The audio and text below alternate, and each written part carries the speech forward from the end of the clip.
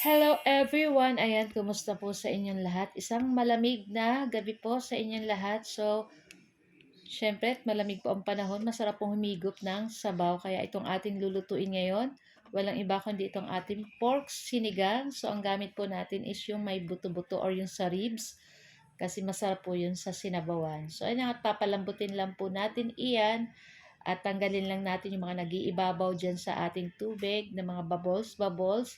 And then after nyan, pwede na natin ilagay dyan yung ating 2 pirasong sibuyas at 1 pirasong kamatis dahil medyo ginto po ang presyo ngayon ng kamatis. Kaya 1 kamatis lang po yung ating nilagay. Pero okay lang naman yan guys.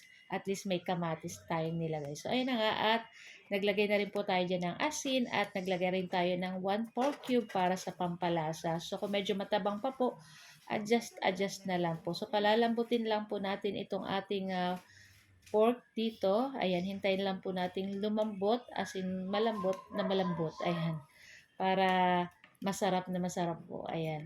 So pag ganito pong malambot na ay pwede na natin ibuhos dyan yung ating 1 pack ng Nor Sinigang sa Sampalok. Ayan. Tamang-tama lang po ang asim nito. Talagang pag humigop kayo ay mapapaasim kilig kayo. Ayan. Sobrang sarap po nito talaga ngayon po. Lalo na ngayon ay maulan-ulan at malamig ang hangin. Talagang Paskong Pasko na guys. Kaya, ayan. Ito yung request ng aking kambal na anak. Gusto nila ng pork sinigang. Ayan.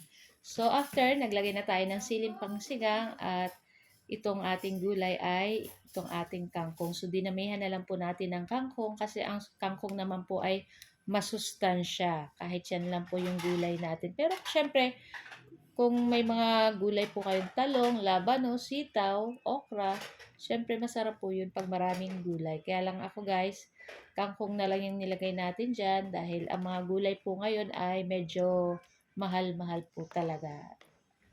Pero okay lang po yan kasi ang kangkong naman po ay masarap at masustansya rin. So, lulutuin lang po natin dyan yung ating kangkong na mga ilang minuto and after nyan, pinakuluan lang natin ng ilang minuto, then pwede na po natin patayin yung ating apoy at pwede na rin po natin itong i-transfer sa ating mangkok at ready na rin po yung ating sausawan dyan na kalamansi with patis. Ayan. So, sandukin na po natin yan. Ilagay na natin sa ating mangkok at ready na rin po kaming kumain ng aming dinner. So, guys, kayo po ba? Ano po ang inyong dinner? Ayan. So, guys, ito lang po ang aming video today at sana po ay nag-enjoy kayo. Huwag niyo po sanang kalimutan mag-like at mag-comment para palagi po kayong, pag-like, comment, ayan. And pa-share po ng ating video. At kung bago pa lang po kayo sa aming page, ayan, nabaliktad na. Huwag niyo po sana kalimutan mag-like at follow. Thank you for watching. Ciao!